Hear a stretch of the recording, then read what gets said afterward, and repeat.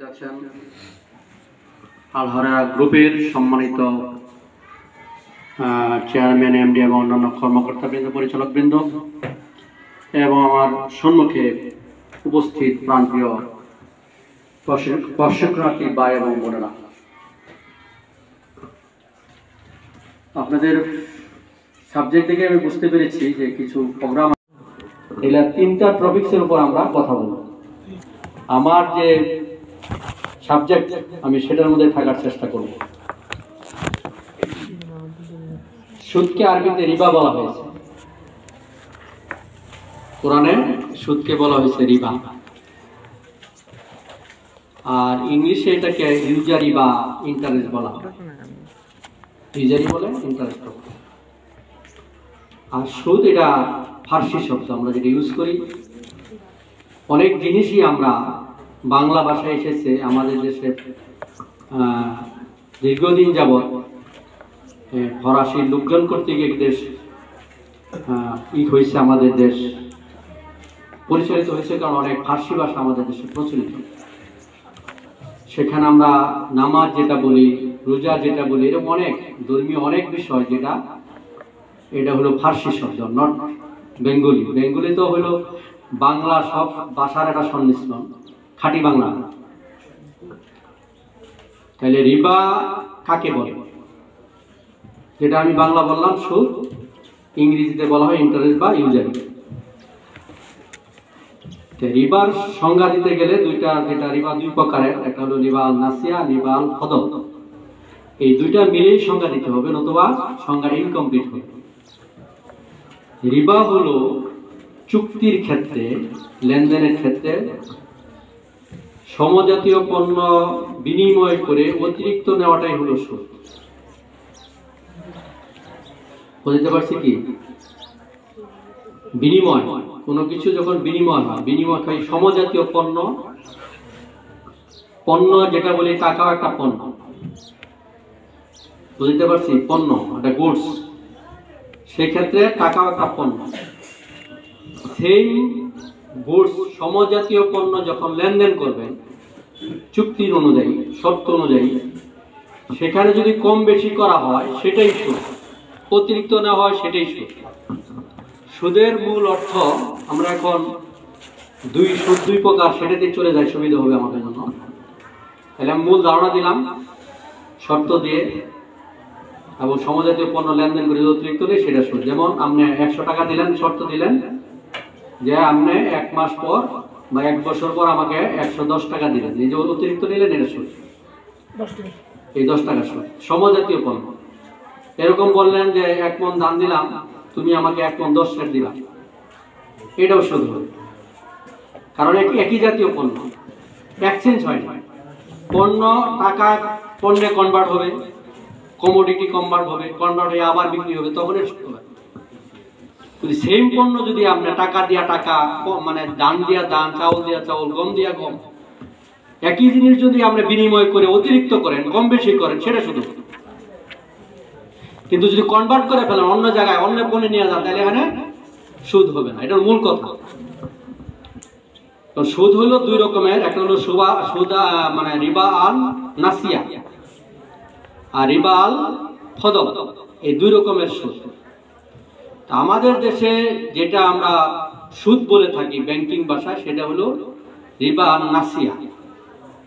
এটা আরবেও এটা প্রচলিত ছিল, অবকাশ দেওয়া, সময় দেওয়া, সময় দিয়ে অতিরিক্ত নেওয়া, এটাকে নাসিয়া বলে। নাসিয়া মানে অবকাশ, সময়, আরবি টার্ম নাসিয়া। মানে কি?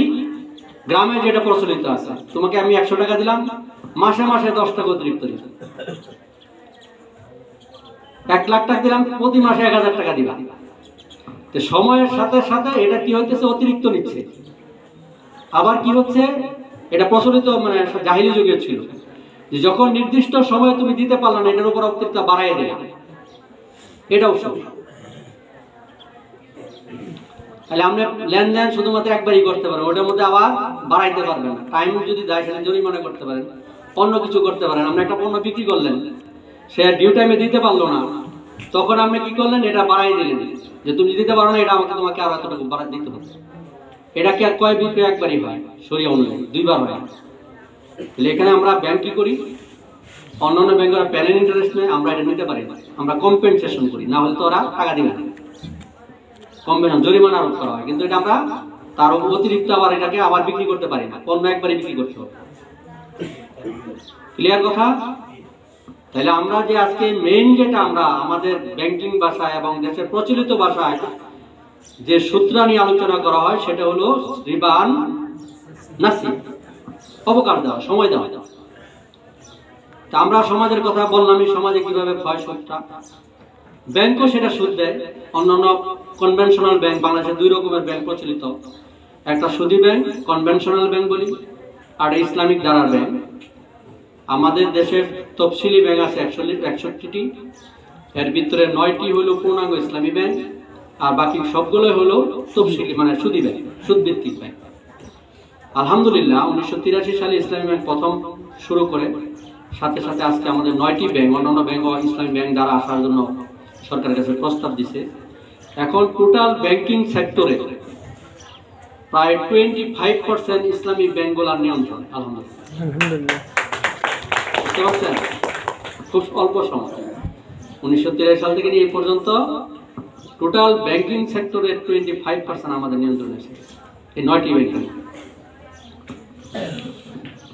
এবং ইসলামী ব্যাংকের সাফল্য দেখে অন্যান্য ব্যাংকগুলো এখন, গত বছর 2টা ব্যাংক কনভার্সনের জন্য সরকারের কাছে অনুমোদন দিয়ে দিছে। একটা হয়েছে স্ট্যান্ডার্ড ব্যাংক, এটা হয়েছে, আর একটা গ্লোবাল ইসলামী ব্যাংক, 2টি হয়ে গেছে। তাহলে সেটা অনুযায়ী 10টা ব্যাংক এখন আমাদের, আরো যেটা যমুনা ব্যাংক প্লেয়ার দিয়ে রাখছে, এরকম অনেক ব্যাংক এখন ইসলামিক ধারা ব্যাংকের সাথে আসার জন্য, তারা এটা সুদ ভিত্তিক ছিল, তারা বলছে আমরা সুদ ভিত্তিক ব্যাংকিং করবো না, আমরা ইসলামিক ব্যাংকিং করবো। এখন এই সুদের ধরনটা, এই সুদটার ধরন আমরা কেনা বেচা, আল্লাহ বলছেন এই সুদের ব্যাপারে যদি আবার বলতে চাই, একটু পিছনে যাই, কোরআনে 20 জায়গায় সুদ সংক্রান্ত আলোচনা করা হয়েছে। 20টি আয়াতে সরাসরি সশব্দে না, সুদ নিয়ে আলোচনা করা হয়েছে। 8টি আয়াতে সরাসরি ইন্টারেস্টে যে রিবা কথাটা আছে 8টি আয়াতে। এর মধ্যে সূরা বাকারারই 3টা আয়াত আছে, 75 থেকে নিয়ে 80 পর্যন্ত, সূরা রুমের 59 নম্বর আয়াত, সূরা নিসার 61 নম্বর আয়াত, এরকম 4টি সূরা 8টি আয়াতে সুদ নিয়ে আলোচনা করা হয়েছে। তাইলে সুদের পণ্য যখন আমরা কেনা বেচা করব, আমি একটা পণ্য আপনাকে দিব, এটার উপর আমরা লাভ নিব। যদি আমরা বাই মুআজ্জাল, বাই মুরাবা, সেটা অন্য মোডে আলোচনা করবো না, আমি ওইভাবে যাব না, কেনা বেচার মোড কি সেগুলো আমার আলোচ্য বিষয় নয়। কিন্তু যেহেতু সুদ, এটা রিলেটেড কিছু বিষয়। যে যখন আমি ধরেন একটা পণ্য কিনে এক জায়গায় বিক্রি করবো বাই মুআজ্জাল, বাকিতে, কিস্তিতে, তখন এখানে সুদের অনুপ্রবেশ ঘটতে পারে। এটা হলো আমার দেখার বিষয়।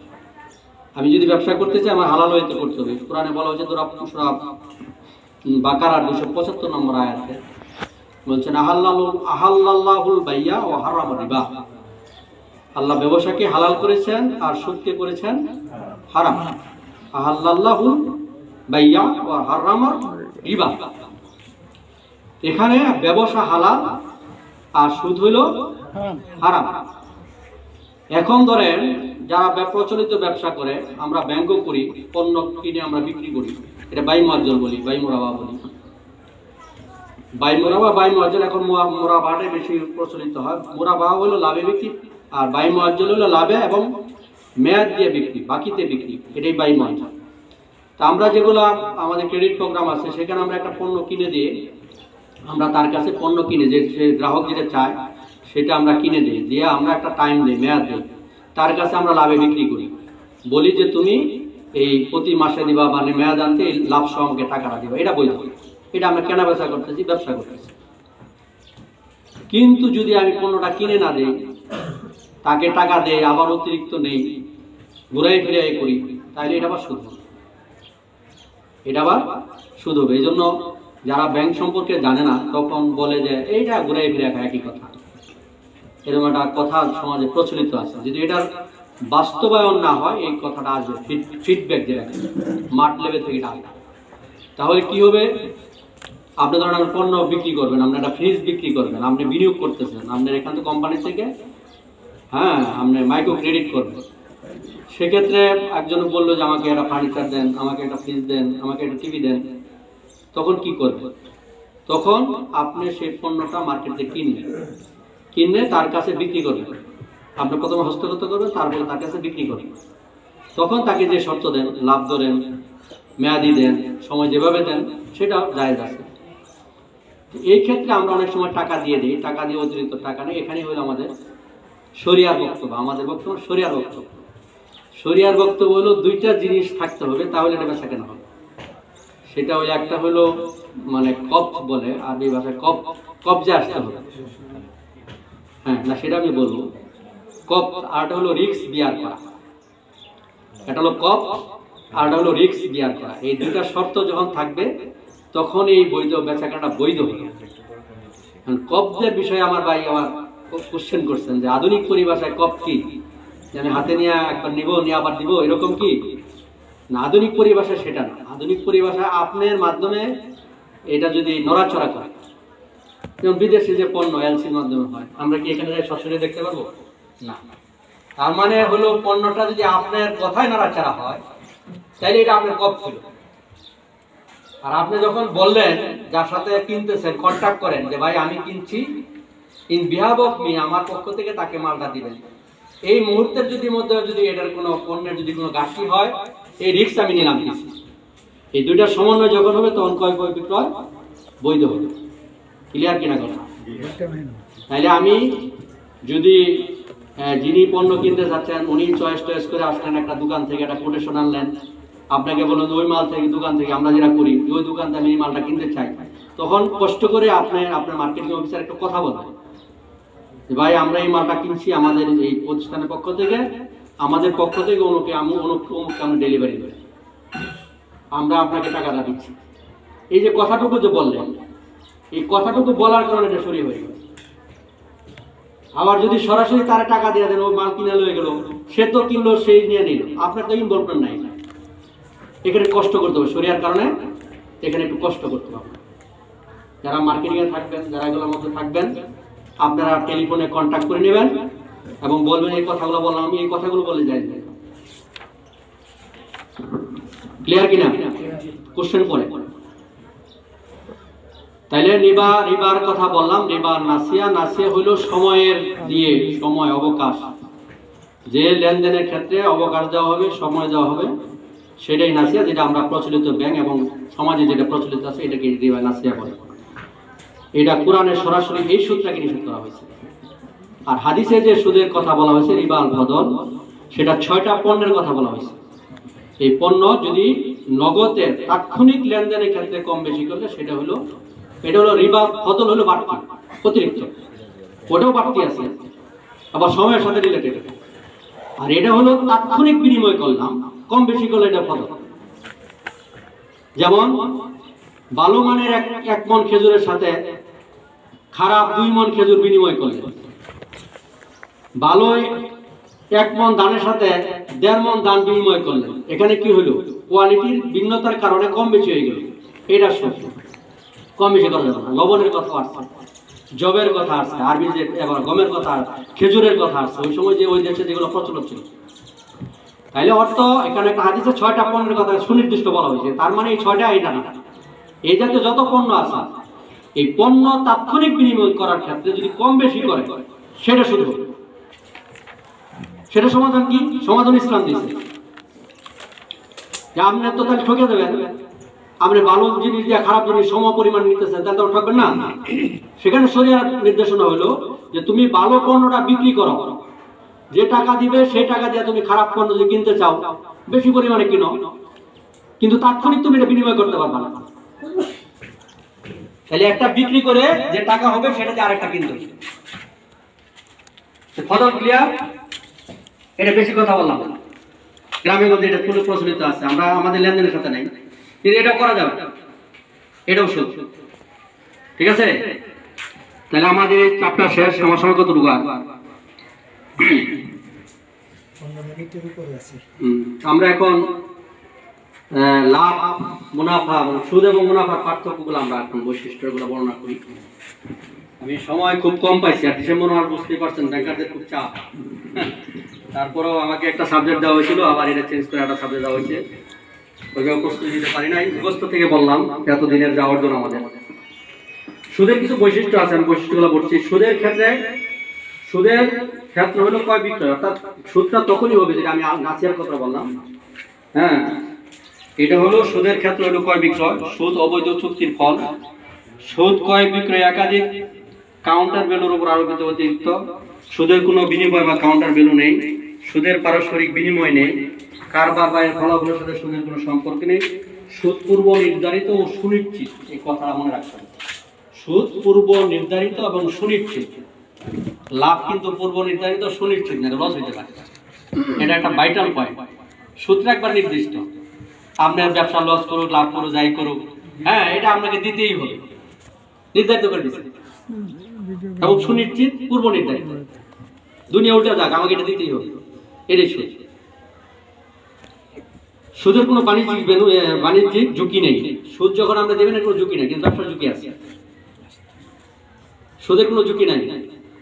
গ্রাম্য মহাজনরা টাকা লেগে বই রয়েছে মোস্তাওয়া, বিপদে বলতে আসতেই পারবে, আর তারা গুন্ডা বাহিনী বানে।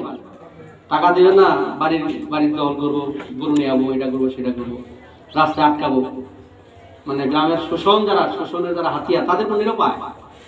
আর ওরা খুব প্রভাবশালী, ওরা দেয় কি করবা তুমি, আমার টাকা তোমাকে দিতেই হবে, না মামলা টামলা দিয়ে একটা হয়রানি করো। সুদ আবার বাড়ে, সুদ আবার বাড়তে পারে, গুনে গুনে বাড়ে আর কি। এগুলো হলো সুদের বৈশিষ্ট্য। তো আমরা আলোচনার সংক্ষেপের দিকে যাই, তারপর আমাদের কোশ্চেন থাকলে আমরা বলবো। আমরা এখন সুদ এবং মুনাফার পার্থক্য, বৈশিষ্ট্যের সাথে পার্থক্য আপনার এখানে নির্ণয়। উৎসটা যদি বলি, আমরা বিষয়ভিত্তিক কয়েকটা ধরন নিয়ে আমরা পার্থক্য বলবো। উৎস যদি বলি যে মুনাফাটা হলো উৎপাদন, মুনাফার উৎস হলো উৎপাদন। অর্থাৎ আপনি যে ব্যবসা বাণিজ্য করবেন, এগুলা যে ব্যবসাটা করবেন সেটা উৎপাদনের সাথে রিলেটেড, প্রোডাকশনের সাথে রিলেটেড। আপনি পণ্যতে এমনি আসবেন, তাইলে ব্যবসা বাণিজ্যটা প্রোডাকশনের সাথে উৎপাদনের সাথে রিলেটেড। সুদের উৎস হলো অবৈধ চুক্তি। সুদের উৎসটা অবৈধ একটা চুক্তি, চুক্তির মাধ্যমে সুদ লেনদেন হয়। 2 নম্বর হলো প্রয়োগ ক্ষেত্র, কোথায় এটা প্রয়োগ হয়। সকল বৈধ উৎপাদন কাজ তথা কৃষি, শিল্প, বাণিজ্য, সেবা খাতের উৎপাদন এগুলো যা আছে সেগুলো সুদে মুনাফাটা হয়। মুনাফা সকল বৈধ উৎপাদন, অবৈধ না। বৈধ উৎপাদন কাজ তথা কৃষি, শিল্প, বাণিজ্য, সেবা এই সকল খাতেই মুনাফাটা হয়ে থাকে। আর সুদ হয় সকল প্রকার ক্রয় বিক্রয়ে, সুদের চুক্তি করা যায়। যত রকম ক্রয় বিক্রয় এটা আমরা সুদের চুক্তি করতে পারে। ধরনটা হলো কি, ক্রয় বিক্রয় নির্ধারিত কাউন্টার ভ্যালুর অন্তর্ভুক্ত, অর্থাৎ নির্দিষ্ট একটা ভ্যালু থাকে। ক্রয় বিক্রয় যখন করবেন একটা পণ্যের একটা ভ্যালু থাকে, সেটার সাথে ক্রয় বিক্রয় হয়। আর সুদের কোনো ভ্যালু নাই, এটার কোনো ভ্যালু নাই। এটা আমরা একটা নির্দিষ্ট করে দিবেন, আপনি সেটার সাথে আপনি এটা পাইতে থাকবেন। মোটাটাকে যদি বলতে চাই আমরা যে বিনিময় মূল্য, অর্থাৎ এই যে আমরা যে মুনাফা যখন করি একটা ক্রয় মূল্যের সাথে একটা ভ্যালু অ্যাড করে এটা আমরা বিক্রয় মূল্য ধরি। ক্রয় মূল্যের সাথে একটা ভ্যালু অ্যাড হয়, সংযোজন হয়, ভ্যালু অ্যাড হয়। এই সংযোজন করে আমরা বিক্রয় মূল্য ধরি। তাহলে ফিক্সড প্রাইসে যারা বিক্রি করে, মানে এখানে আমরা যে পার্সেন্টেজ বলে এত পার্সেন্ট, তাহলে কি সুদ? নো, পার্সেন্টেজ হলো অঙ্কের একটা হিসাব। আমাদের কোশ্চেন করে যে আপনারা যে বলেন এত পার্সেন্ট লাভ নেন, তাহলে সুদ হলো না? আমরা এই প্রশ্নের অধিক সংখ্যক বার আমরা এই প্রশ্নের মুখোমুখি হই। আমি বলি যে ভাই আপনারা ফিক্সড প্রাইসে যে দোকানের থেকে মাল কিনেন সেটা কি সুদ হয়? বলে দেয় ফিক্সড প্রাইস, ফিক্সড ওটা ওটা সুদ কর না, টাকা লাভ ধরছি, তো সেটার সুদ কর না। তাহলে আমি যখন কেনা বেচা লাভ করবো, আমি নির্ধারিত পার্সেন্টেজে লাভ করতে পারি, বলে দিতে পারি যে ভাই আমি এই পণ্যটা এত পার্সেন্ট লাভে তোমার কাছে বিক্রি করবো, তোমার পছন্দ নেবা না নেবা না। তাহলে এখানে ফিক্সড করে দিলেই সুদ হবে না, যেহেতু আমি কনভার্ট করছি, আমি পণ্য কিনা অর্থে বিক্রি করতেছি।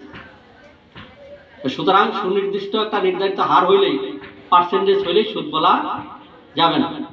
তাইলে পণ্যর যেটা আমরা কিনি সেটার সাথে মূল্য সংযোজন করে আমরা লাভ ক্যালকুলেশন করি, মুনাফা ক্যালকুলেশন করি। আর বিনিময় না দিয়ে, কোনো বিনিময় নাই, এমনি একটা জিনিসের উপর আমরা একটা ভ্যালু অ্যাড করে দিলাম, সেটাই হলো সুদ।